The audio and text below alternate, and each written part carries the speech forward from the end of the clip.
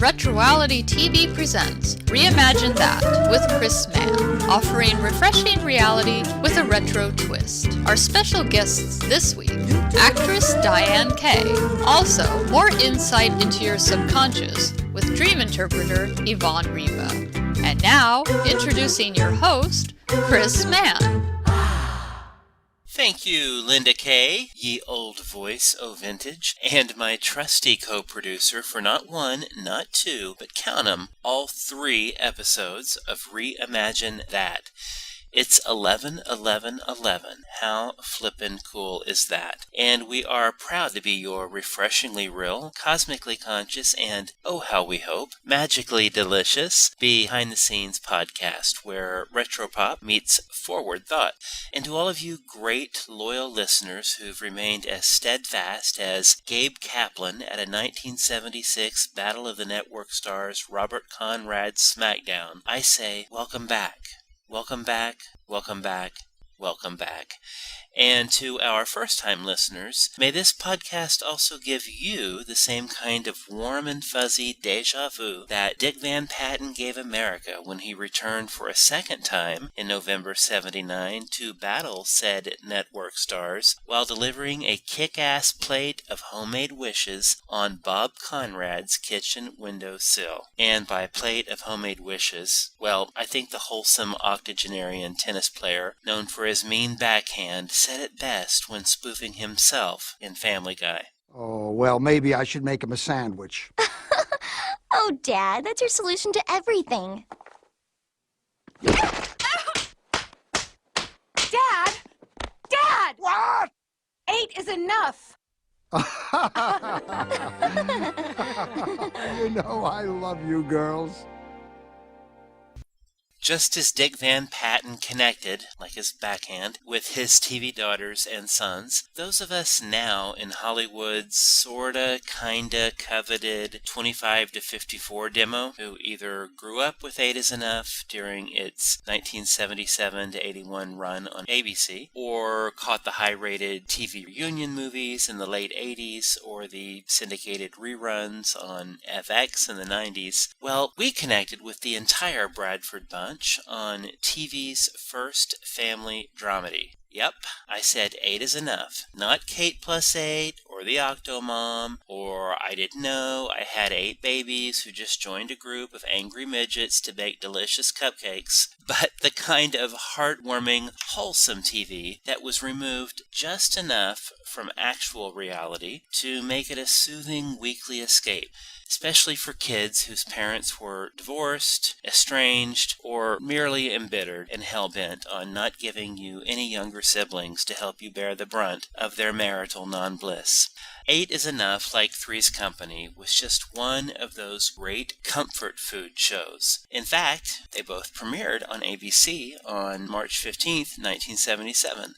Little known fact. Here I am adding 8 and 3 on 11-11-11. Hey, I'll take any good luck or positive omens the universe can throw me. Because unlike Adam Rich, I wasn't lucky enough to have that perfect 70s bowl haircut. Oh no, I had wavy red hair that was totally bowl resistant. And unlike the 8 is Enough and Three's Company casts, I didn't have the great fortune of appearing on Richard Dawson's Family Feud. My family didn't playfully huddle and then scream good answer to each other, and we certainly didn't do cheerleader pyramids on our front lawn. I so desperately wanted my family to redeem itself by going on Family Feud.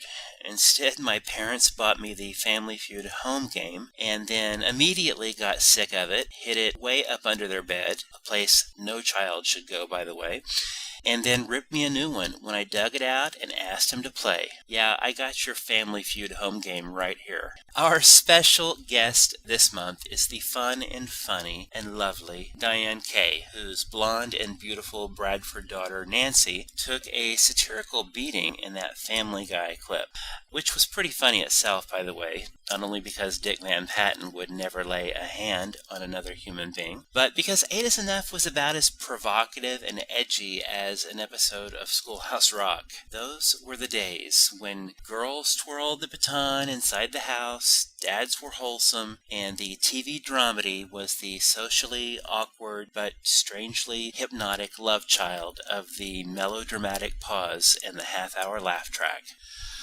Oh my God, I have way more in common with TV dramedies than I realized. Anyway, check out this ABC promo from 1979 featuring Dianne as a short shorts-wearing, towel-clad Nancy taking a stand against Dick's stuck-in-the-50s father. Wednesday, a 2-hour special on 8 is Enough. All I took off was my top. You call that nude? I call it disgraceful. Daddy, you're a prude. The sexual revolution hits the Bradfords and the family will never be the same. We're moving out. And you can't stop us, Dad. Wednesday on ABC. 8 is Enough was never too heavy-handed on screen, but behind the scenes the show was beset with very real, very human drama and tragedy. Diana Hyland, who played the mother, died of breast cancer just a few episodes into filming the first season. The first season, by the way, is now available for download on Amazon.com. Hopefully soon, Warner Brothers will also listen to the petitions on sites such as TVShowsOnDVD.com and release the show on disc already. A nice DVD extra might be the True Hollywood Story on the show. Sadly, at least half of the Bradford kids, most famously Willie Ames, Adam Rich, Susan Richardson, and the late Lani O'Grady, battled all sorts of personal demons, including drug abuse. And according to reports online, Grant Goodeve, who played the eldest son, David, he struggled with alcoholism until a car crash woke him up and put him on the straight and narrow 10 years ago. Strange side note, Mark Hamill of Star Wars fame played David in the series pilot, but had to leave the show after suffering a near-fatal car wreck himself. Kinda weird. Only Dianne and her TV sisters Connie Needham and Lori Walters seem to survive the excesses of the 70s and 80s relatively unscathed, though sadly both Dianne and Connie have battled cancer in recent years. The good news, they've both survived and are now finding an even deeper sense of purpose as they move through Act 2 of their lives. Cancer has not only led Dianne and Connie to reconnect on a deeper level in their 50s, but surviving the Big C has inspired Dianne to live every day to its fullest, in part by reconnecting with her creative, comedic roots and really mining this phase of her life now. She's developing a sitcom titled Seconds, which she'll discuss in part 2 of her interview here in late November. For more on Dianne now, check out her new website, DianneKayProductions.com. That's DianneKay Productions.com. She muses regularly on her new blog, which itself is a great reason to give her an e-visit. I also want to give a shout out to TV's Nellie Olson, actress advocate Alison Arngrim, who gave me a very funny interview for Retroality.tv last year. She recently published her memoir, Confessions of a Prairie Bitch. I love that title. And is now joining forces in a Bad Girl versus Good Girl literary event with actress advocate Mary McDonough, who also recently published her autobiography, Lessons from the Mountain, What I Learned from Erin Walton. Oh yeah, the bubonic plague and bonnet-era Prairie Bitch meets the Depression-era Mountain Maven. Partay. Seriously, these two ladies are totally hip chicks who will bring down the house with behind-the-scenes dish while discussing the events that shape them as women and as advocates for the causes they so deeply care for. The event, titled Good Girl vs. Bad Girl, Mary McDonough in conversation with Alison Arngrim, will occur on Wednesday, November 16th at 7 to 9 p.m. at the Santa Monica Public Library. Tickets are free and seating on a first-come, first-served basis will be available 1 hour prior at 6 p.m. If you can't make it to Santa Monica, never fear. Allison and Mary are talking about taking the show on the road, I suppose in a stagecoach. Maybe a Model A, Model T, who knows. Depends on how styling they are. And doing a joint book tour in the coming months. Will Erin Walton show Nellie Olson the light, or will Nasty Nellie bring John Boy's middle sister over to the dark side? Stay tuned.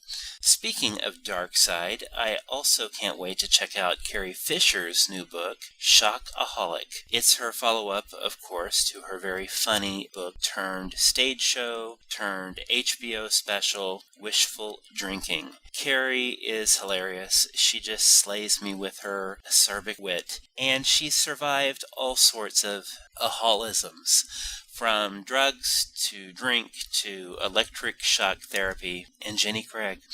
She's done it all and lived to tell about it as she's arrived on the other side, the side with the light. Carrie is one of my dream interviews. She would just follow so nicely after Joyce DeWitt and Dianne Kay, other lovely, funny ladies. But it's my dream to interview her. I about wet my pants a couple of years ago when I found out she was following me at Retroality TV on Twitter. I'm guessing she read one of my blogs about my love for Princess Leia, or maybe one of my stories about celebrities and addiction. Anyway, whatever it was, she followed me. And then, earlier this year, I took a break from the site, retroality.tv, for several months actually, to focus on freelance and develop a few projects, including this podcast. Then I finally logged on again to Twitter and noticed that Carrie had unfollowed me. Oh my God. I thought, okay, Chris man, this is what you get for not blogging or tweeting or whatevering for so damn long. I thought about baking her some extra big cinnamon buns, to attach to the side of her head for her stage show or whatever. And then I found out she'd joined Jenny Craig, so I was all ixnay on the Inman Sunday. But then I realized the best gift I could give myself was to let the Carrie Fishers of the world continue to inspire me to write, and find new ways, new avenues to tell stories. So I'm now in the midst of writing a book, finishing a screenplay, launching a podcast, relaunching the blog, and looking at fun, innovative ways to present an updated edition of my book, Come and Knock on Our Door, in connection with Three's Company's 35th anniversary in 2012. Who knows, maybe I'll crash the From the Mountain to the Prairie literary tour and do a reading a la SNL's Kristen Wiig of Suzanne Summers' 1973 book of poetry, Touch Me. James Franco, I'm going to need to borrow your Chrissy wig. On a final note, and speaking of shameless plugs, I just wrote a feature about Showtime's provocative dramedy series, Shameless, for Delight magazine. It'll be in their January issue. Delight is a remarkable magazine distributed through Time Warner Cable and other outlets. It covers TV, the web, movies, and more. Check it out at facebook.com/DelightMag. If you haven't seen Shameless yet, give it a look. It's pretty dark and pretty lascivious, and at times pretty darn funny. It's not your mother's family dramedy, that's for sure. But the great thing about television, especially now with the internet, there's really room pretty much for everything. On that note, join me in heading on over to Amazon.com to download Season 1 of my favorite retro dramedy, 8 is Enough, but only after we trip back with the amazing Dianne Kay, who I'm praying won't slap me 8 times for calling her Nancy at one point in her interview. Nah, she's too sweet for that. She'll just send Dick Van Patten over to give me a smackdown.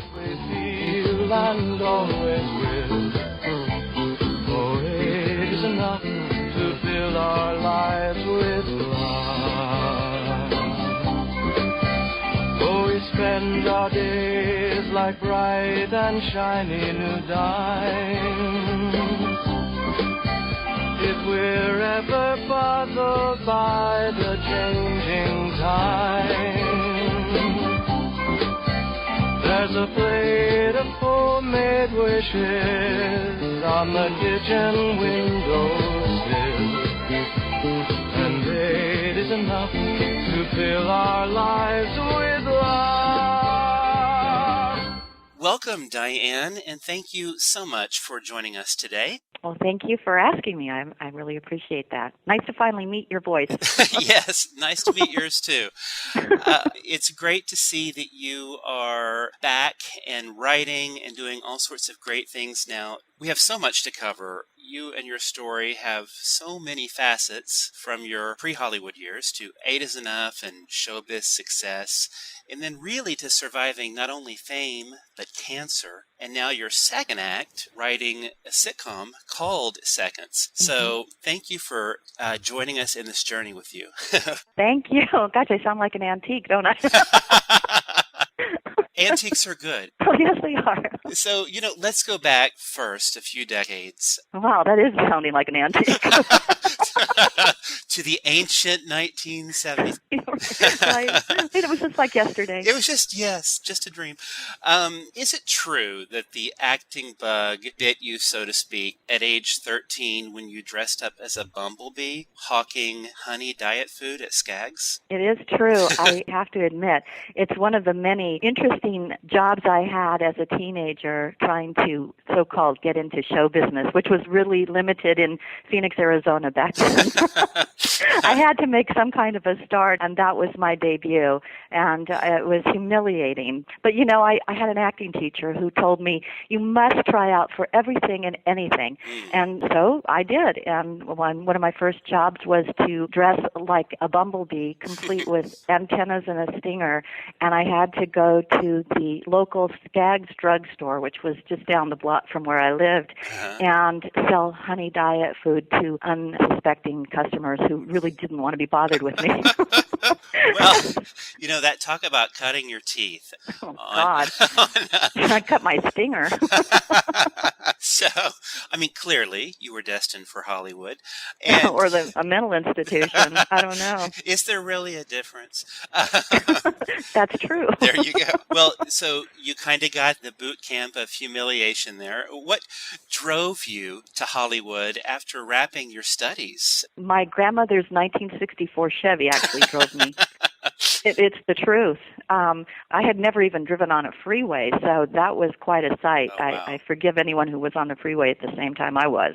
I didn't know how to even navigate. I had just graduated from the University of Arizona, and truly, I was a babe in the woods coming out here. But somewhere there was guidance and luck.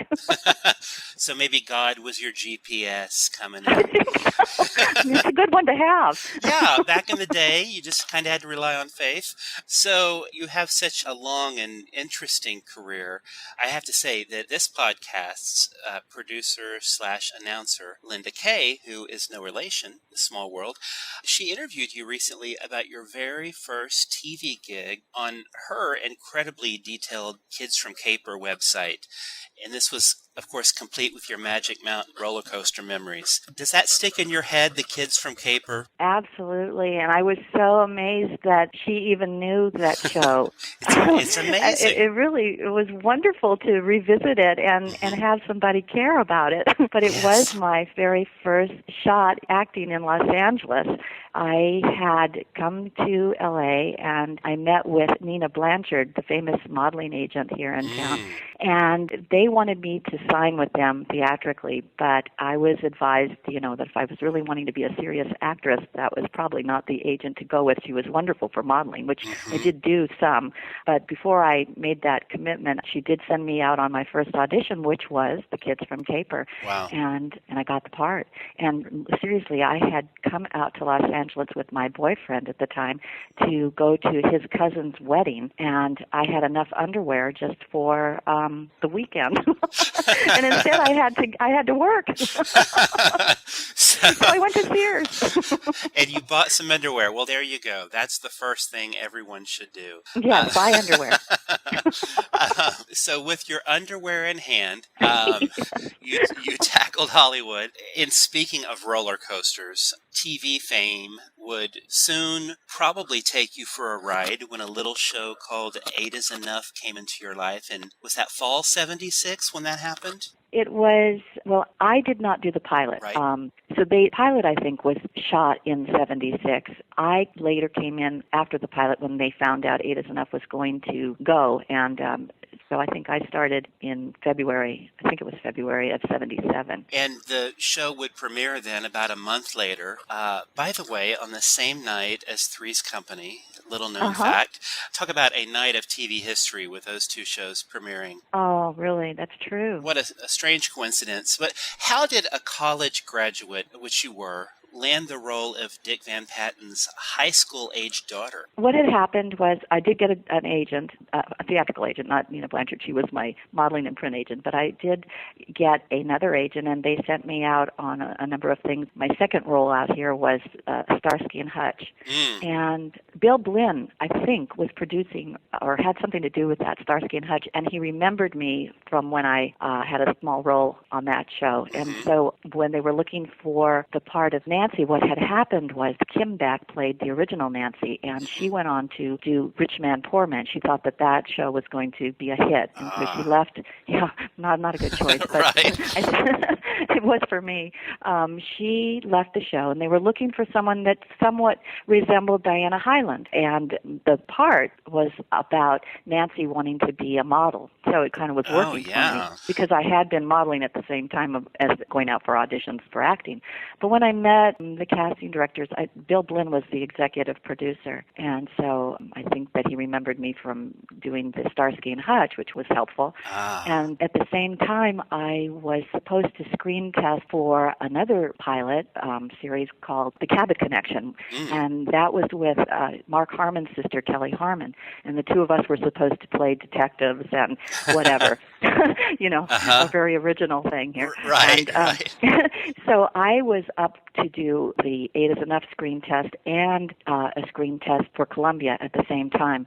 And I guess I was sort of on a roll. It's all about luck and timing and being in the right place and having whatever it is that they're looking for at the time. And I was just very fortunate in that I obviously was having the luck that pushed me forward. So I did the screen test for 8 is Enough, and it was funny because at that time, Diana Hyland was not feeling well. I don't know if she had made it public that she had cancer, but she was supposed to do the screen test with me, and instead Ellen Travolta, John Travolta's sister, screen tested the part of Joan Bradford. Oh, wow.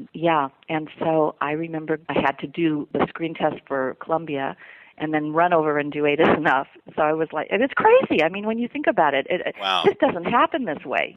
So I went, and just trying to forget the lines I had just said in Columbia and then go over here and do the 8 is Enough sides. And what had happened was in the middle of the scene, I lost the line.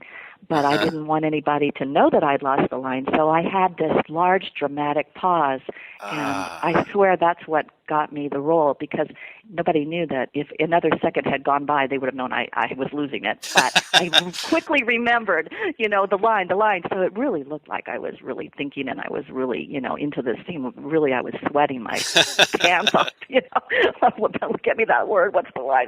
But it didn't come across that way. So that's how I think I got the part. Well, I think you're being modest, though, because even though you were beautiful and still are and had the model connection with Nancy, you also had a wholesome quality. I mean, with so many buxom blonde beauties buzzing around. There's the bumblebee thing again. I definitely wasn't buxom, that's for sure. Well, there you go. Maybe that, was one of the things that set you apart in the age of Farrah Fawcett jiggle. I'll tell you a funny story about buxom, just a sideline. Just made me remember something that was really funny. You asked me about how I started. When I was back in Phoenix, just trying to get any kind of acting ability or any roles. I was sent out on a photo shoot, and I was about 17 at the time, and I looked about 14. And they called me to go on this shoot where I was supposed to be a showgirl, and I had to wear these ostrich feathers. And I mean, this was so bizarre. I go to this photo shoot. There's these girls that look like they'd been around the block a few times, and they're all in their ostrich feathers. And there I am, and I put on my little garb, and I was supposed to stand on this ladder. And the photographer says, "Well, the girl with the droopy feathers, please move to the left." I'm looking around, everybody's feathers were not droopy, and then I look down and I go, "Oh, you mean me?" He goes, "Yeah, right. Yeah, you, honey." And I'm like, "Oh my God, this is the start of showbiz." Well, welcome to Hollywood.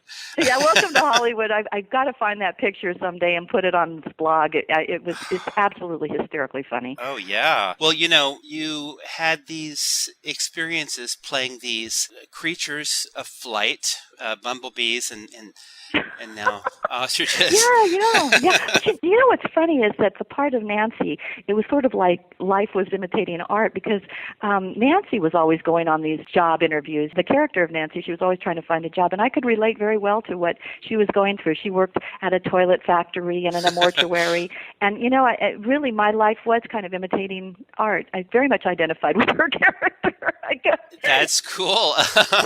Well, it's that down-to-earth quality, and that show, you had it, that show had it. It was not only wholesome, but if I recall correctly, it was really one of TV's first dramedies. So it was kind of half comedy, half drama, which is really what a family is. True. And I have to say, so many of us grew up with the Bradfords. My older sister and I, despite our occasional sibling rivalry, we loved watching the show together. It was a total innocent escape from the drama of our own family.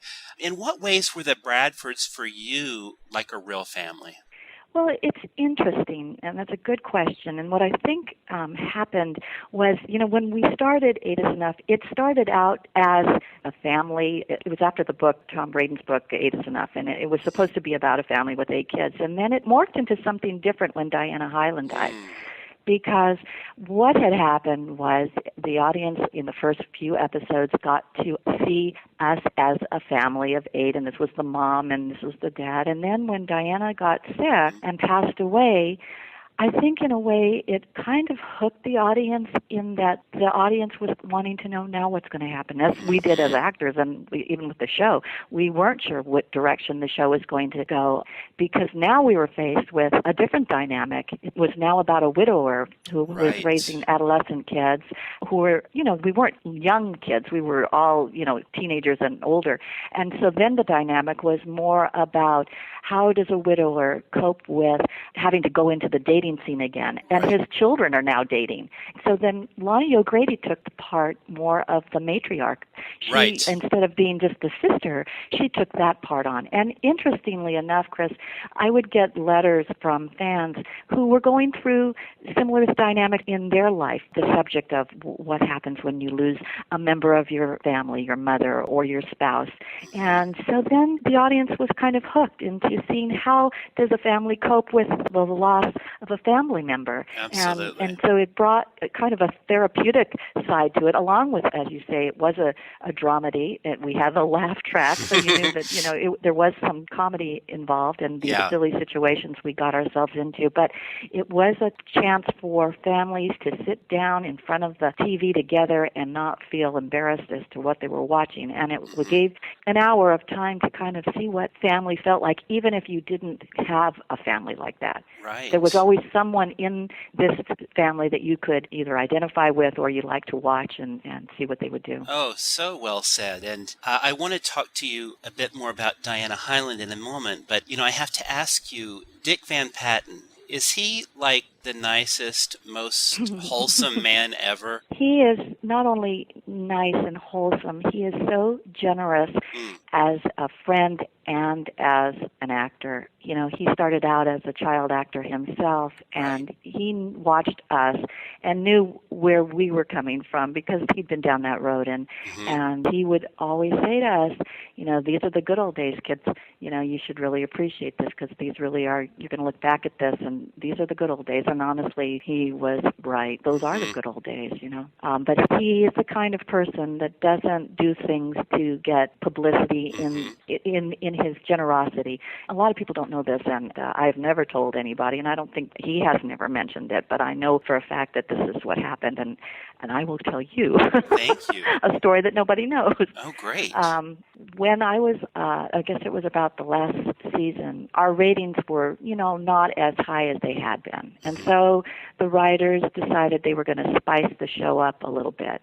and it was going in a different direction. They were trying to find a new way to make people watch. And unfortunately, the direction that it was going into wasn't the direction that I kind of felt comfortable with. And I'd been playing the part of Nancy for, 5 seasons. I kind of knew the direction I thought we were taking her. And then one day, a script came where Nancy was supposed to have very low self-esteem. The idea was that she was approached to be photographed nude, and these pictures were going to be in an art gallery, and the whole family, as it was written, was supposed to go to the art gallery and say, yes, Nancy, see, you don't have to be ashamed of your body. The body is beautiful, blah, blah, blah. And I said, ugh, this is horrible. This was not the direction that my character had been going into, and I just thought that it was a mistake. It was a kind of cheap shot of trying to get ratings. So I went to the producers and I said, I don't feel comfortable with the way you're taking Nancy's character. And I said, couldn't we say that she was asked to pose nude, but she didn't want to do this, and that the family were backing her and saying, we're proud of your stand, your morality, and your stand. And when you look back at it back in the 70s, that it seems so tame right now when talking about something that simple. But back then it was, I just didn't feel comfortable. And I understood the producer's position that, if everybody in the cast didn't like the way things were written, they wouldn't have a show. So I did understand their predicament. But what I said was, couldn't we just change it around a little? And so that Nancy doesn't look like she has so low self-esteem, because I just didn't feel that that's what I wanted to portray. And I didn't really like the direction. Well, anyway, they didn't see it that way. And I talked to a director, not the director that was going to be directing that show, but I told him how I felt, and he agreed. He said, I don't know why they're doing it. I don't know why they're going this way. And I spoke to my agent about it, and he agreed, but they just weren't going to budge. And again, I understood where they were coming from. It was difficult. But I just said, I don't want to do this. And so they said, well, you know what? Then you don't have to come back. You're suspended. Wow. And they suspended me. And so for a week, they would send me the scripts, but Nancy wasn't written in. It was to let me know that you're not indispensable. Right. And it was a dilemma because I felt so torn. What do I do? This is how I really feel. And yet, again, I'm in a situation where I do understand there's a problem too. Well, it turned out, and I found out years later through this other director, that Dick stuck up for me. He had my back, and he said, if Dianne doesn't come back, I'm not coming back. Really? And so I came back. That is pretty And he cool. never mentioned it to me. He never told me he did that. I found out from a director that he did. And that's the kind of man he is. He's so generous. He doesn't have to be recognized for the things that he does. And he does things quietly. And he's just an amazing person. And I owe him a lot for that. He supported me. And what ended up happening was they did take my advice and they did rewrite the script. And that's how it did play out. They played out that I was asked to pose nude for something. And Nancy said no, she wouldn't do it. And, it was more on the level of what 8 is Enough was really all about. So that's a story that nobody knows about, and now you do. Well, thank you for sharing that. That is a great testament to his character, and certainly not a story he would put in his biography, which I read, and I interviewed Dick a couple years ago, and he's so unassuming. He's so non-celebrity.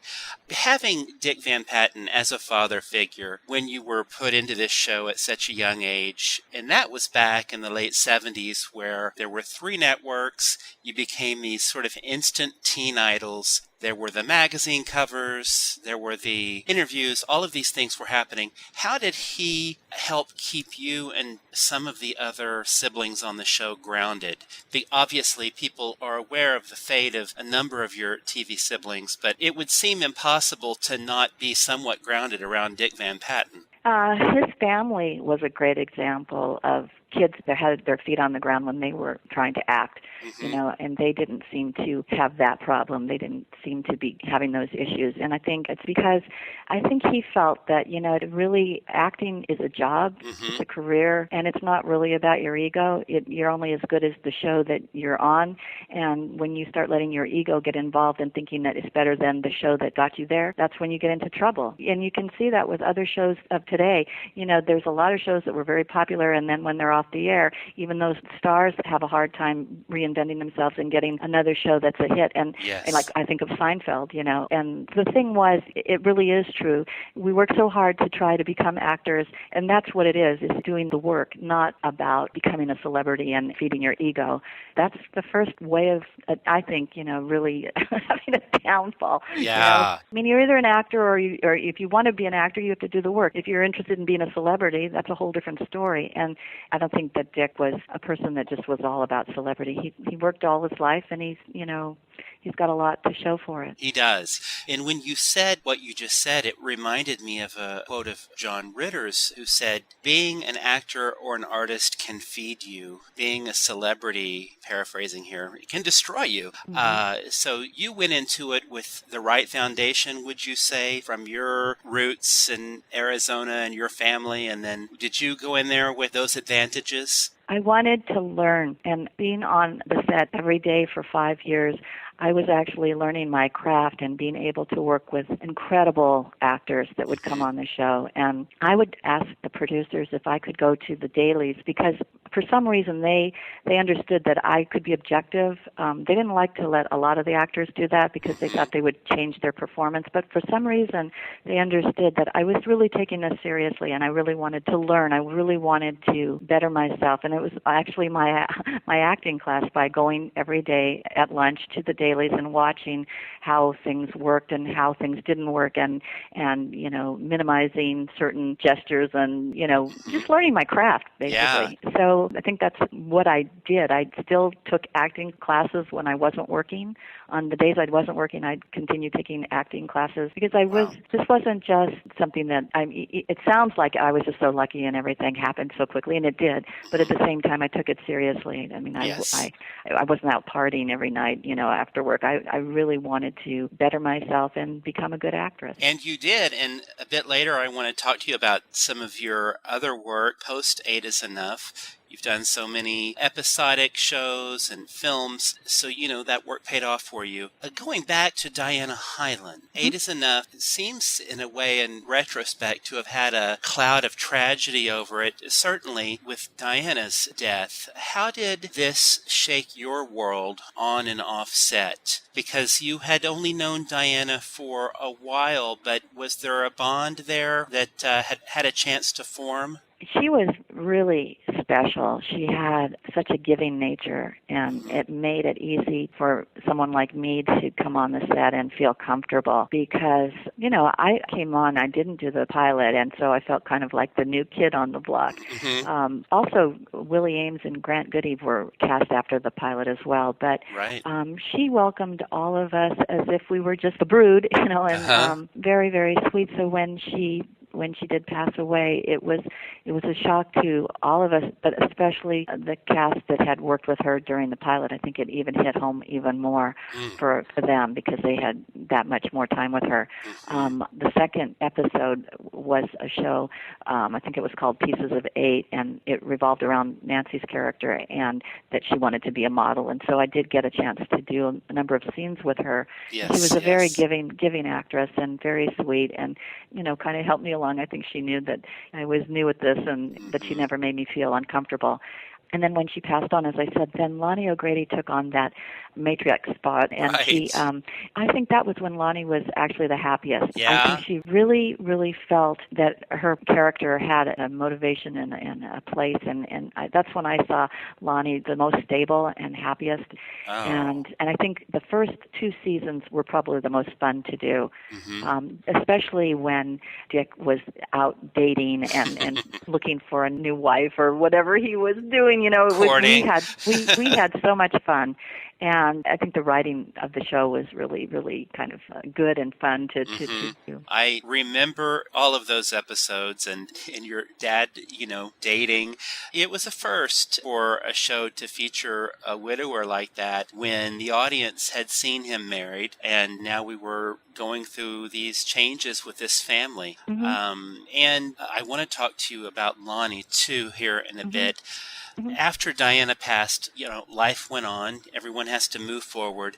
Betty Buckley eventually joined the cast as your stepmom. And then, of course, you, Grant, Willie, and Adam Rich especially became teen idols. I remember Adam Rich was sort of the quintessential all-American young boy, you know, with a little cherubic smile and the perfect little bowl haircut. What was that like for you to be experiencing the love that people were expressing for the show with these guys? Were they a little bit like your brothers? It was funny. One time we were all flying to Florida, and we were at the airport, and we were out in the open sitting waiting for our plane to arrive so we could take off. And they didn't put us in one of those places, the special place, you know, the special clubs. Right. We were just out sitting. And Eight Is Enough was on the television when we were all sitting together waiting for the plane. And it was so funny. I remember people were sitting down, you know, waiting for the plane, and all of a sudden they did this double take. They're looking at us, and they're looking at the TV. They're looking at us, and they were like, oh my God. You know, it was so odd. It was such an odd thing, and we were all cracking up because it must have been kind of a strange thing, thinking, wait a minute. There we are. There we are.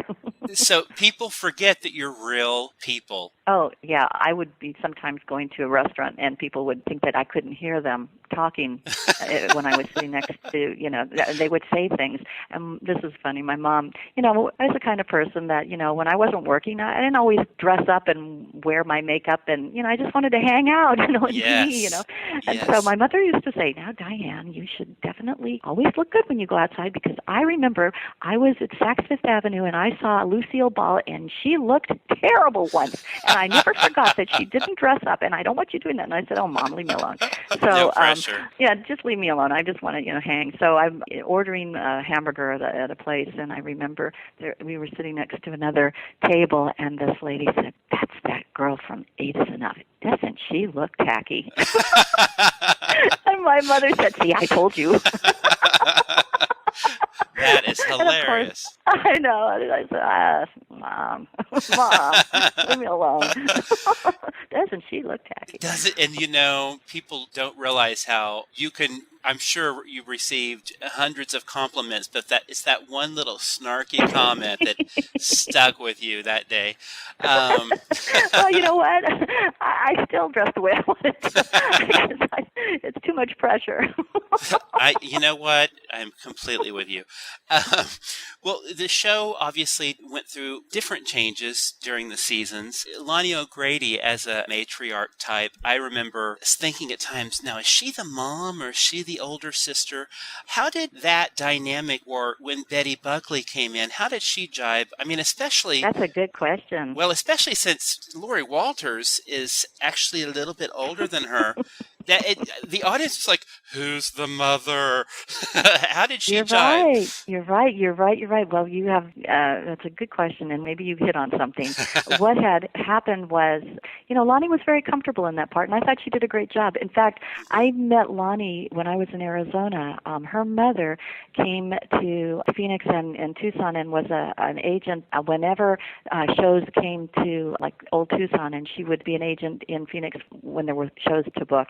So I met Lani before I was on Eight Is Enough. She helped her mom as an agent, and so that's when I first met her. And when I got on Eight Is Enough, I saw Lani. It was like, oh, yay, I know somebody. You know? But I loved Lani. Lani was like a sister, like a big sister to me, and she had a heart, an amazing giving heart. I really just adored her. In fact, she got me a part on a little show. She just, you know, had recommended me, and she was giving. You know, she wasn't the type of person that would try and keep everything for herself. She was very, very generous, and so we got along just really, really well. And I That's great. And so she did enjoy that. And then when Betty came, you know, the dynamics of the show changed. Betty came from New York, and she'd been on Broadway. And I don't think that, again, I think, you know, she felt like the new kid in school when she came. I think she I don't know how comfortable she felt when she first came on the show. And again, you're right.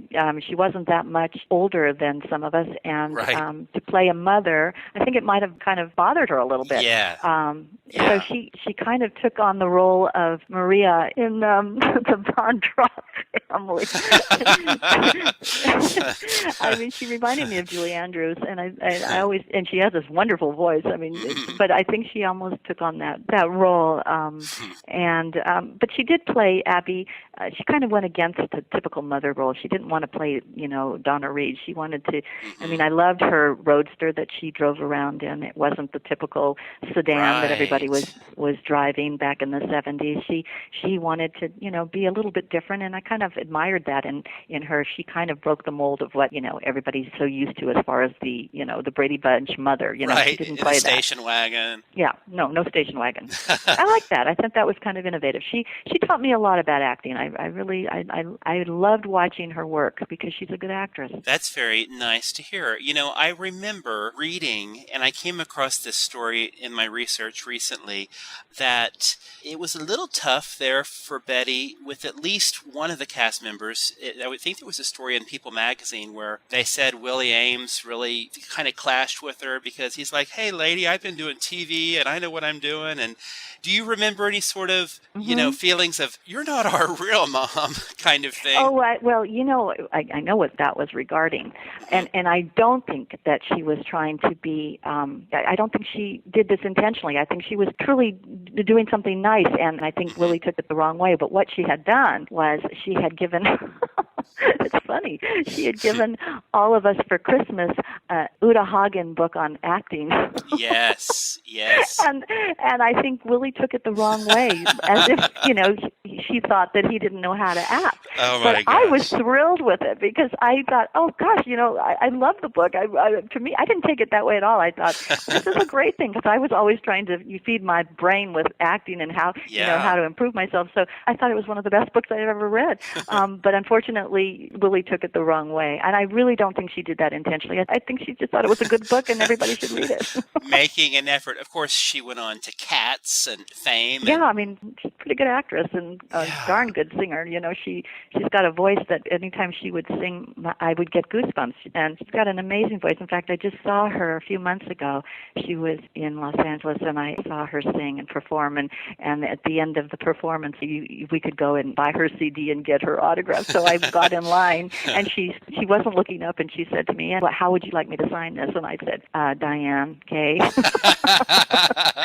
And then she looked up, and I hadn't seen her in years, and it was really a nice homecoming. She did a great job. It was fun. It was fun to see her. That's cool because a lot of people saw the 8 is Enough reunion last year on the Today Show.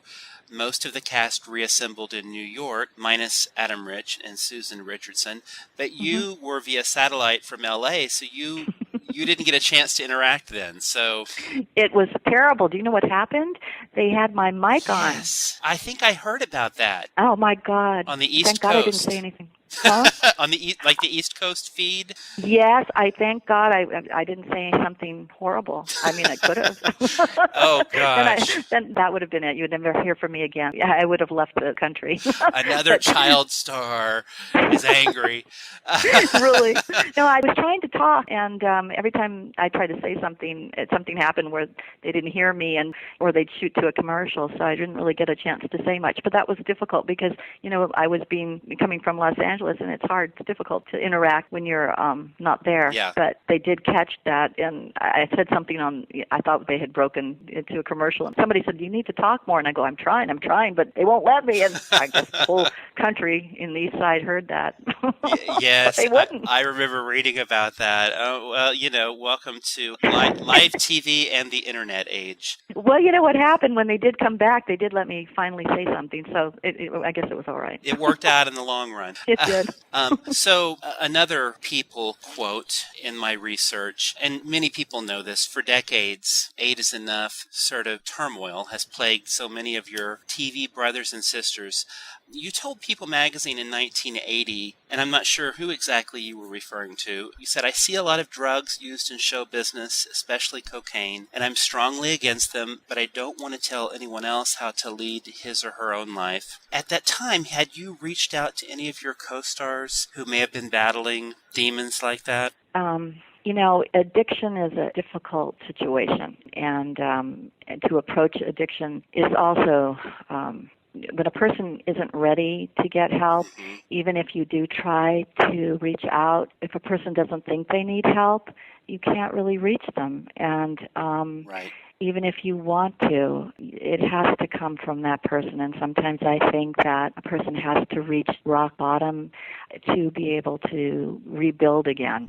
And it was painful for so many of us to see different cast members going through struggles, because when you're not in that circumstance, you can see things differently. And it wasn't for me to judge. I wasn't in their shoes, and I know that it's a difficult road to have to go through. But some people do, and they learn from their choices, and they get better, and they are better for it as people, and they can help other people. Some people never get the message, and they go down and spiral down, and that's unfortunate. But I saw Lani, for instance, going through many panic attacks and anxiety.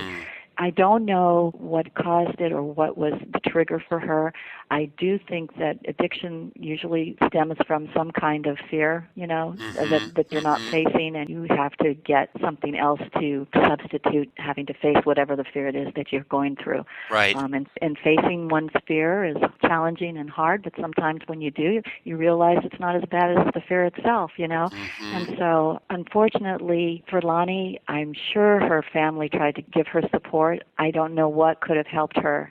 I really think big hugs are always nice to get when you're going through hard times, Yes. And if you have someone who can just give you that peace of mind or help you find it, it makes all the difference in the world. I wish I could have helped her. I loved her to death, and I miss her. She had a lot more to give. She was a good person. And I recall in the 80s, 90s rather, especially, she was making a turnaround, and she was going on talk shows and sharing her story of conquering at least some of her demons. And then there was this sad, sudden news that she had passed away about 10 years ago. I think they ultimately ruled it an overdose of maybe prescription medications, of some medications. Did that completely take you by surprise when that happened? Yes, it absolutely did. I had no idea that she was living in the conditions that she was living in, and I didn't know. I hadn't talked to her for a while. I had gotten married, and I had a little boy at the time, and so I think maybe she didn't feel like I could relate to some of the things she was going through. I don't know what exactly was the reason that we kind of drifted away from each other. We all, still talk to each other. I still talk to the cast, and keep in touch. Oh, really? I do. In fact, I just emailed Grant the other day, and I talked to Willie through the email, and Connie, and I speak to a lot of the cast. But with Lani, there was a lull in our relationship for a while, and it was at that time that I found out that she had passed away, and it was absolutely shocking. It really was. I had no idea. It was, and especially since she had fought the good fight at least years earlier, seeming to really try to turn things around, and but ultimately sometimes people's demons are too much for them. It's cool that you do keep in touch with the cast, and I want to ask you about Connie in a minute, because you two have shared something in recent years with your cancer battles. One person we haven't seen much of is Susan Richardson, although there was an interview with her in the recent Globe magazine cover story, Where Are They Now? 8 is Enough. And they did an interview with her, and it sounds like she's had a really, really rough time. People probably remember a story she told during one of the 8 is Enough reunion movies about being held hostage by Korean filmmakers. Can you give us any insight into Susan's struggle, and when was the last time you talked to her? I haven't talked to her in many years, and Susan was the kind of person that when I first met her, she reminded me of a young Debbie Reynolds. She had so much energy, and she was so adorable and cute in a kind of tomboyish way, And I don't know if she realized how adorably cute she was in her own way. I think that's what made her, all of us had something different, and that was what I liked about the show. You could pick one of us, and because we were so different, and and I think that was appealing about it. And so she kind of played the tomboy, the fun, energetic girl, and she really was like that. And she always used to say to me, "I wanted to play Nancy. I wanted to be Nancy." And I'm like, "Oh God, careful what you wish for." Right. The grass is always greener, but you've got something that you're special about. You've got such a wonderful dynamic about you. Don't want to be somebody else. Be who you are. Yeah. And so I think she was always kind of trying to look for something outside of who she really was, and what she was so special. That's why she was cast in it to begin with. She was creative. My gosh, she was so creative.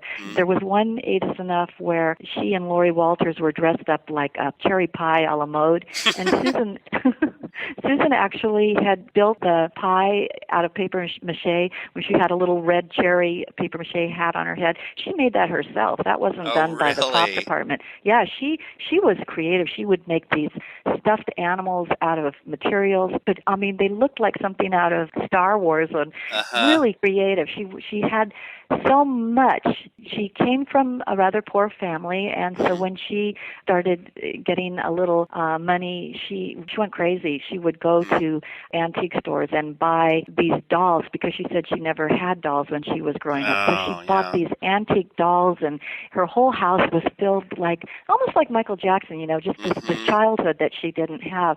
She had the most enchanting house. It was full of just magic, but she spent her money. She didn't save it, and she, I guess, didn't have the knowledge to think forward and ahead and realize that this too shall pass. Yes. And unfortunately, she didn't have the management skills to hold on to her finances, and a lot of actors do get into trouble that way. She always did strike me a bit like she had a childlike energy to her, innocence. She did. If you ran into Susan, what would you say to her, since it's been so long? Oh my gosh. Well, probably I would just hug her for about 10 minutes, because it's Yeah. I think we all need hugs these days. Life takes you on so many roads, and she certainly has been on one. I think she needs a good hug and knows that she's loved, and people still love her no matter what. You can't go through life judging other people until, you've walked in their shoes, and I'm really a person that I don't like to judge people. Yes. When everybody has a journey and lessons to learn in life, and it's not easy. It's not easy.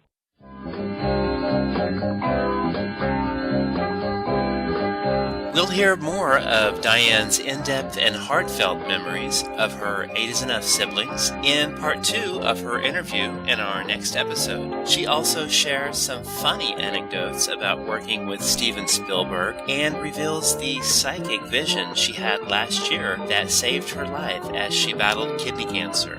Also, Dianne talks about the sitcom she's developing titled Seconds and gets candid about the ugly realities of reality TV. 5 words: Kate plus 8 is enough.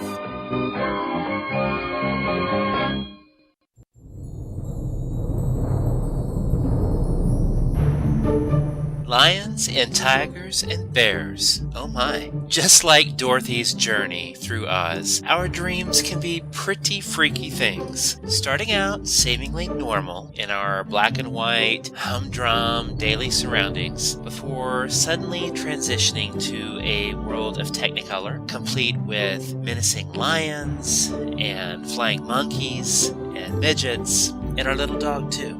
Okay, well, maybe not the flying monkeys and midgets. That's a whole other show. But definitely domesticated and wild animals of all kinds show up in our dreams. According to our resident dream interpreter, I like to call her our dream weaver, Yvonne Reba, these animals can symbolize aspects of ourselves and our spiritual journeys. In this segment, in our ongoing conversation with Yvonne, and by the way, her website is YvonneReba.com. That's www.yvonneryba.com. she talks about these totem animals and how they can reveal to us things that we need to know to navigate our world, recreate our realities, and reimagine our dream that we're living. Yvonne moved to the United States in the late 70s from England, and she shares a couple of her retro dreams that she had in 1979 and in the mid-80s that had some pretty scary lions and tigers and bears, or at least lions and tigers, and ultimately revealed to her a path that she should and would be taking. So we will join Yvonne again for more of her insights. Hi there, Yvonne. Hello, Chris. How are you doing? I'm doing very well, thank you. Well, it's so good to hear. We're excited to have you back. And, last time you shared with us some of your really fascinating insights into life-saving dreams. What do you have for us this week? Do you have a dream that has transformed a life? Well, I've chosen some dreams in which animals figure, and I think basically I was reading through some of my old dream journals last night, getting ready for tonight here, and I thought, let me just see what I did in the very oldest stuff that I've got, and I've got older ones, but this was a dream from 1979 that I found. Ooh, I like the 70s. Yeah, so, and I had completely, of course, you forget about them. I'd completely forgotten about this dream because I was going to tell you a dream about a tiger. And as I'm thumbing through this and I saw the word tiger, I thought, well, I can't remember dreaming about a tiger before, but of course, you forget. So this was a dream, the early dream, the 1979, and this was before I had moved to this country. Now, my husband and I were both British, and we had emigrated here in 82. So in 79, we had not got anywhere near thinking about, we were liking the idea of it, but we didn't have any plans or anything special going on. Well, in this dream, I was in a kind of desert setting, and there was an arena, and the arena was made of clear perspex blocks, and they were kind of curved, so they made a nice circular arena, and I am in the arena. And, it reminded me a little bit, because I'm a Star Trek fan, we're all Trekkies from that time. Can you remember the dream with Captain Kirk fighting the horrible lizard-looking thing? Yes. Storm, I think he was called. And he was in this kind of place, it was very much like that, hot. That's right. Risky and scary, right? So I am in this thing, and it was a bit like, I suppose, ideas we have of what Africa would be like. And then I saw some lions coming towards the arena, and they just jumped on top of the perspex block wall and just sat there, just like cats do, on the wall. They just look around, see what they can catch. And there were quite a few of them. And then there were some tigers, and they came and sat on the wall, and they kind of looked at me, but you know how cats don't like to be caught out. They like to pretend that they're just ignoring you. That's how they were, but it was scary. This dream was scary. Oh, yeah. And when I woke up, I was like, oh, my goodness. This reminds me of the early Christians getting, eaten by the lions and so on. Right. So I was like, what is this about in 79? Now, in 79, I had written a lot about my dreams, but I hadn't done it for other people as much. I hadn't really got into it in the way that I did later on. However, I looked at this dream and I thought, obviously, the perspex wall is something I can see through. I am hemmed in at the moment. I am imprisoned. I can see through the wall. I can see perhaps where I want to go, but I couldn't figure out what these lions and tigers were, and I thought of them as a threat. That's really how I thought when I woke up. And I wrote about that, and then I left it. So then the next dream I'm going to tell you about, this is a dream that I had about a tiger when I had already moved to Texas. This is where we lived. And this was a really incredible dream. And by now I had worked a lot on myself, my inner being, if you like, on my spiritual side. I was very concerned about getting focused on that. Was this like the 80s or the 90s? Yes, it would be in the mid-80s. Okay. I came here at the end of 82, and I spent the next 2 or 3 years really helping my husband to get his business going. We'd settled in Houston. Houston in the early 80s had gone through a bit of a downturn, but it was still a booming place, much more so than London at that time, which is where my husband had been working. And we were establishing ourselves and moving around a bit, seeing what was going on. And I had spent all my time and energy focusing on making sure his work was fine, right, that he was feeling supported. I was doing any kind of office work that came up. I went out and talked to designers to show them his portfolio and so on. And I was his PR person. I had to get out there and meet people, which I love to do anyway. Oh, yeah. And he hated that. He didn't like it at all. He liked us to do the work. So I had this dream. Now, in the dream, I'm back in England, but I'm in London. I'm in a rather nice, elegant, kind of like West End apartment, pretty wealthy. And it's a cocktail party. And everybody is standing around with those fancy drinks in their hands with, martinis and olives and this thing and that thing, or whatever it was. And I remember being sort of like a little bit, what the heck am I doing here? Everybody was nice, but nobody was talking to me especially. And I saw this rather nice chair. It looked a bit like a high back, well, almost like a throne, if you like. I know it sounds a bit big-headed to say that, but that's what it looked like. So I went and sat in it.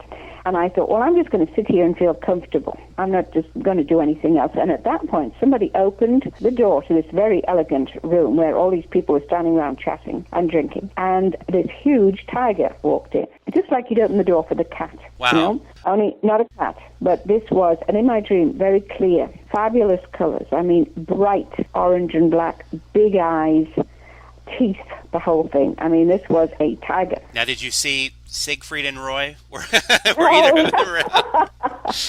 That's pretty elaborate. Oh, no, but it's probably just as well. Anyway, so this thing made a beeline straight for me. And of course, I am scared to death. Looking back on the dream from 79, I had the same kind of fear. I didn't know that in the mid-80s, say 85, whatever. I was saying to myself, oh, no, don't come near me. But it came headed straight for me, and it sat down just like a dog would sit down beside you, and they lean against you a little bit. They lean against your leg. So there am I, trying to look calm and cool with a great big tiger sat right next to me, and feeling like nobody's paying a blind bit of notice. I could be chomped up by this thing in no time, all right? I mean, I'm getting a bit ticked off with everybody not paying attention. Then I looked at it, and I thought, I'll just pretend it's okay. And I put my hand out, and I just tickled the top of the tiger's head and stuck my fingers into its fur, and it was kind of bristly. I remember feeling it. This was so real. This was not a dream-type dream. This was a very clear dream. Wow. And I thought, right. And the next thing I knew was I had kind of flown completely out of that scene to a long white beach looking out over the water. That's what you do in dreams. You know that. Oh, yeah. You're in one place and the next second you're somewhere else. So I'm standing on a beach looking out over what is the Atlantic and thinking to myself, I got away from it. That was good. And then I saw, as if I was up in the sky like a satellite, I saw the tiger jump into the ocean in England. Oh, wow. I know, it was so funny. And I saw this tiger jump in, and it swam underwater. And it swam, and I just stayed up there like this satellite going around the world, only I could see everything. The tiger swam, it seemed like weeks. Obviously, it probably would take a few weeks to swim across here. And it swam, and I watched it from this beach as well. I had two views. And then eventually, it was getting closer, and I realized that there were no waves. There were no waves coming on shore. The water stopped dead like a glass wall. Okay? Now, there's a little hint in there from the first dream. There's this glass wall, or well, it's supposedly glass, it's water really, and I can see in the distance a head getting bigger and bigger and bigger and bigger, swimming towards me, and I'm thinking, I'm going to shortly find out what's going to happen. I'm either going to be killed or we'll find out. Right. As it got up to the wall, where the wall finished, it thrust its head, just its head, out and looked at me. Oh. Almost as if to say, well, am I getting out or not? And I thought, with a kind of a sigh, and it was almost like I was resigned to it, and I said, well, I suppose since you've come this far, I'd better keep you. And then I woke up. Well, I woke up, and of course, I'm way ahead in the dream world. By this time, I have done much more work on it, thought about it, and realized that this was a totem animal, okay? The tiger was one of my totems. And tigers, they're the cat family, remember. They are feminine energy. They represent that. And all dogs and wolves and so on are very masculine energy in dreams. That doesn't mean you can't have a dream in which there is a dog that represents some feminine part of you.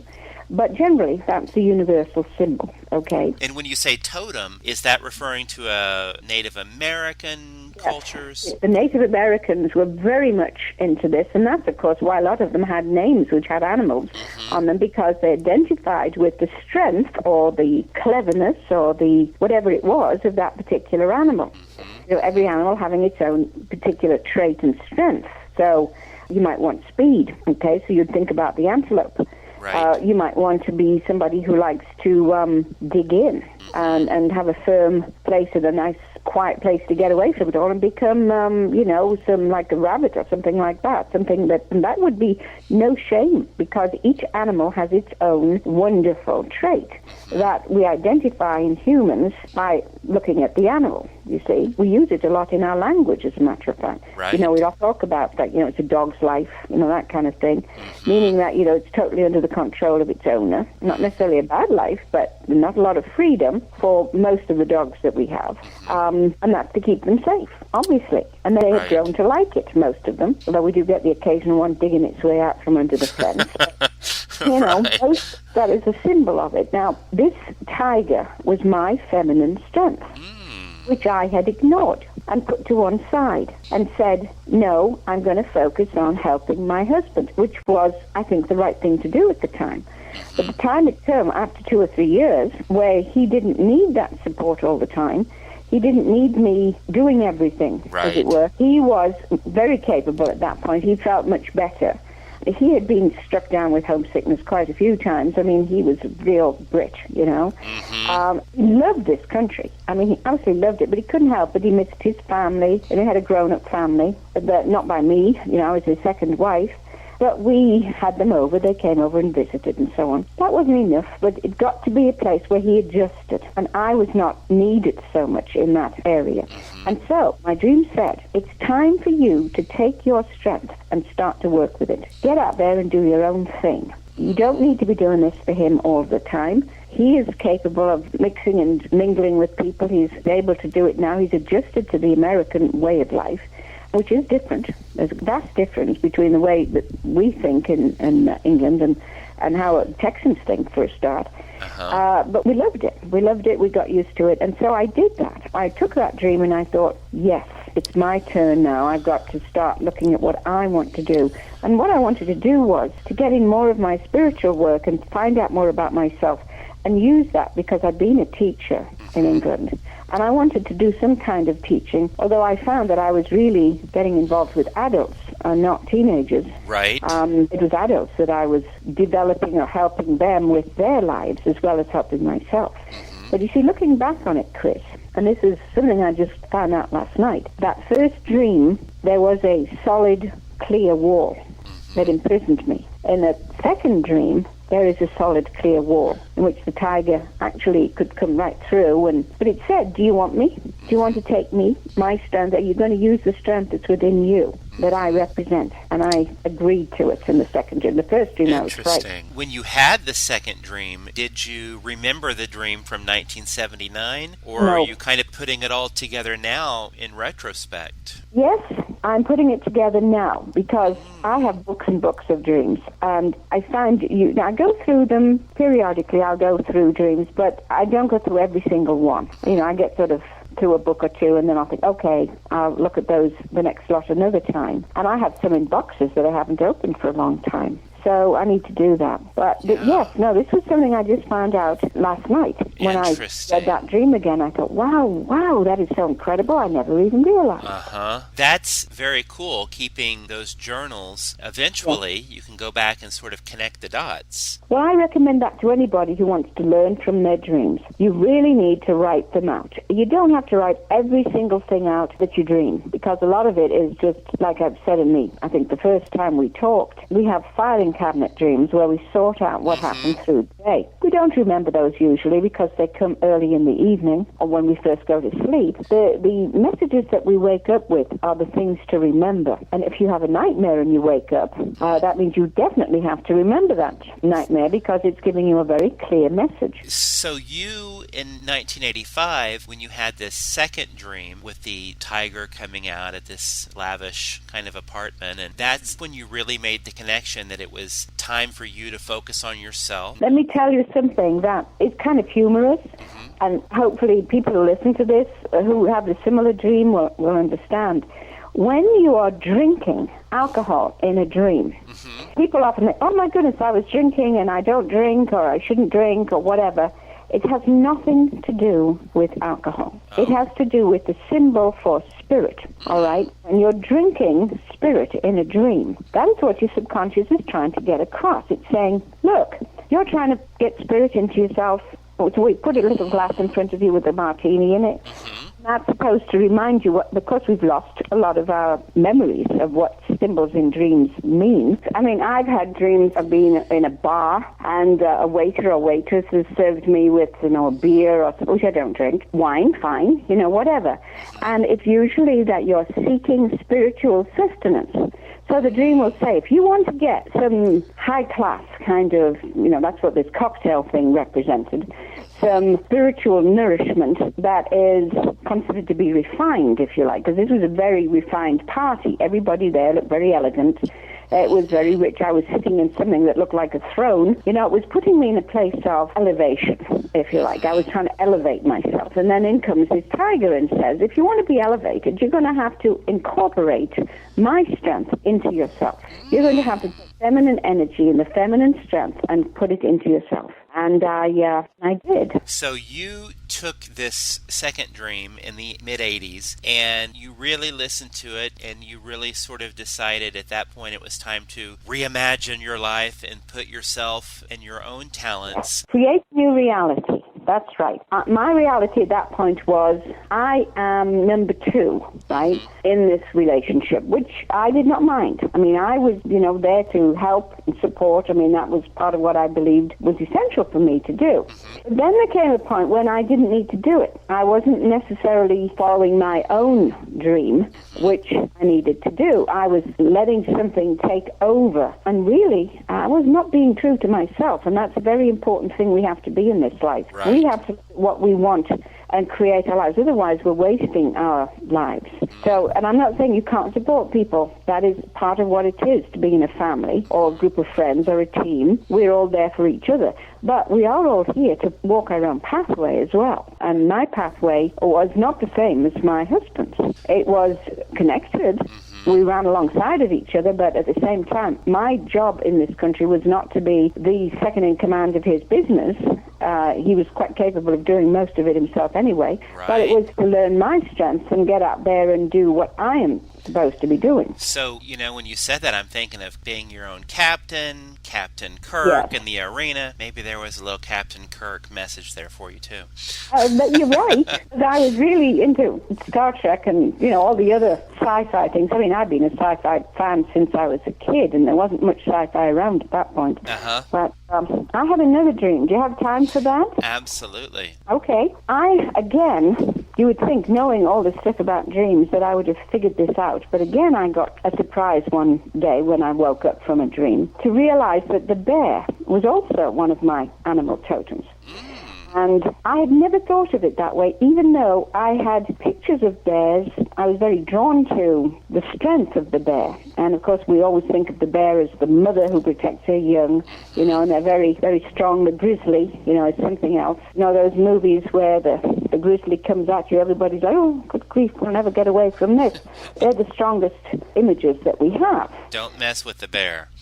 That's right, don't mess with the bear. So, here's my dream. And by the way, I'd had many dreams of bears, but one of them that I had on and off, not many times, but on and off over several years, was of bears in cages. And I would see these bears in cages and think, why are they here? Why aren't they somewhere else? Why are they in cages, right? And I'd wake up and I wouldn't figure it out. This was before I really got into this animal symbolism thing. Now, in this dream, which I had in the 1995, I think it was, 1995, I was walking along a dusty road. Again, it was hot and warm, probably Texas. That would be the image I would have.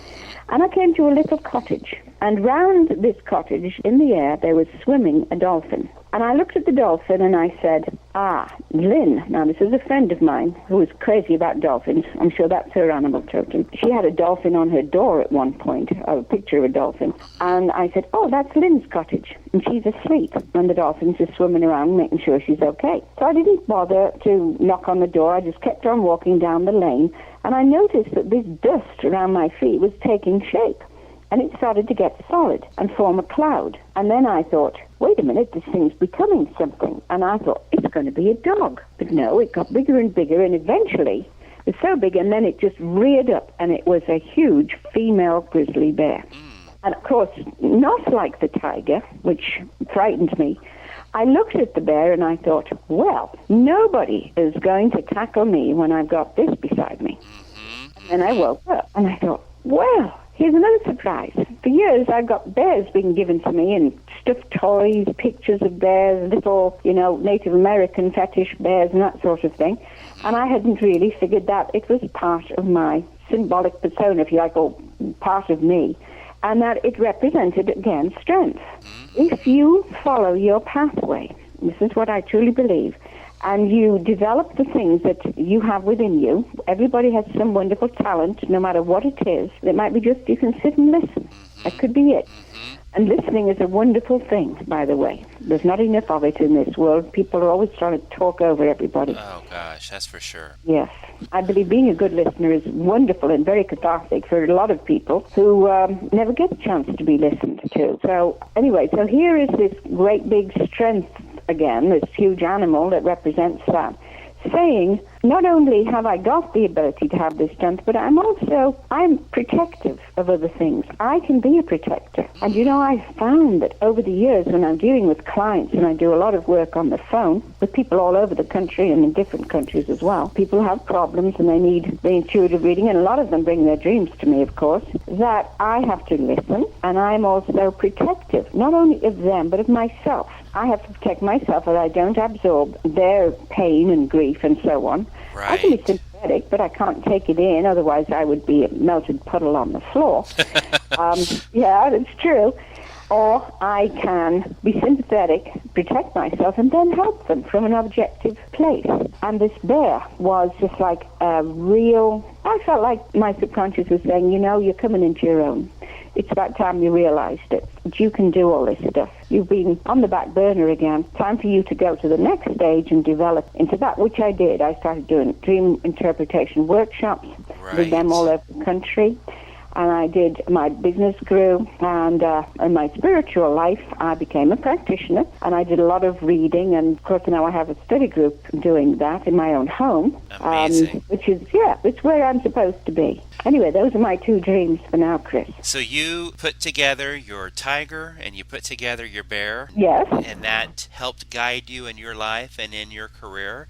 Great stuff. So how many totems, animals do you have? Do they change? Well, they can change as you go through your life. I remember one dream with, I was much, much younger. I mean, I think I was probably in my late 30s. And I dreamed about rabbits.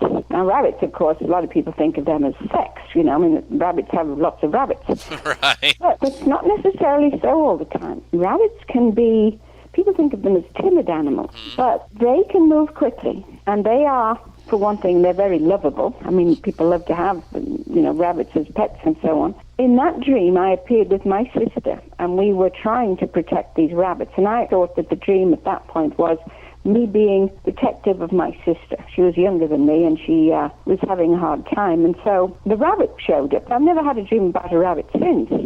It doesn't matter. At that point, it was there to help me. So you can have dreams of birds, fish, whatever it is. Look at the character of the bird or the fish or whatever animal it is and see if that fits with what you dreamt about. So that's one of our mind's way of sending us messages is through the symbolism of these animals. That's true. And the qualities that we have, that parallel that, right? Absolutely. Native Americans and many other cultures have really gone into this in great depth. And if you want to know more about it, I recommend that you look to your library or get onto the internet there and find out, because there is so much information out there and it's so wonderful. It really is. They understand the meanings. The whole culture is based upon this because they lived in the middle of it all. They lived out in nature and had to deal with the animals and catch them or use them in some way, but they always knew they came from spirit. And they thanked Spirit for giving them this food or this shelter that was made from skins or whatever it was. Fascinating stuff. And you know what? I'll never watch that old show Grizzly Adams the same way again. Well, thank you so much, Yvonne, for sharing yet another dimension of the dream world with us. Oh, yes, thank you. And I think we can be inspired by your example of paying attention to what the dream means, to apply that to our own life and change our own realities. Oh, yeah, that's wonderful. I agree. But first, you have to get used to remembering the dream. Writing it down is very helpful. If you have the pad beside your bed, I know some people say, well, you can do it onto a small tape recorder. It's good to do that. It doesn't work for me. I don't know why. I just got so used to doing it with a pad and pencil. It doesn't matter what you write. As long as you get something down, you'll hang on to the rest of the dream. Dreams are like sort of bubbles. They disappear so quickly. Yes. Once you've got that going, then you can start to see what the messages are giving you. People say, oh, I can't remember my dreams. No, you've got to tell your subconscious, wake up here, and that sounds like fun, but wake up and remember this dream. I've got a message for you, and I want you to understand it. Write it down, and then review it every once in a while, and you can connect the dots in your life. Yes, absolutely. Very sage advice. Well, thank you again, Yvonne, for sharing. I love the retro element of your dreams, too. That's right, how to recreate your reality, yeah. I love it. Well, we look forward to hearing more from you later this month. Oh, thank you, Chris. I look forward to that, too. Reimagine That with Chris Mann was brought to you by Retroality.tv. Copyright 2011 by Chris Mann. You can find us at Retroality.tv and at reimaginethat.libsyn.com. Tweet us at RetroalityTV or join us on Facebook at facebook.com/RetroalityTV. And don't forget to check out our TV channel at youtube.com/RetroalityTV. And remember, even in these very difficult economic times, never hesitate to spend your days like bright and shining new dimes.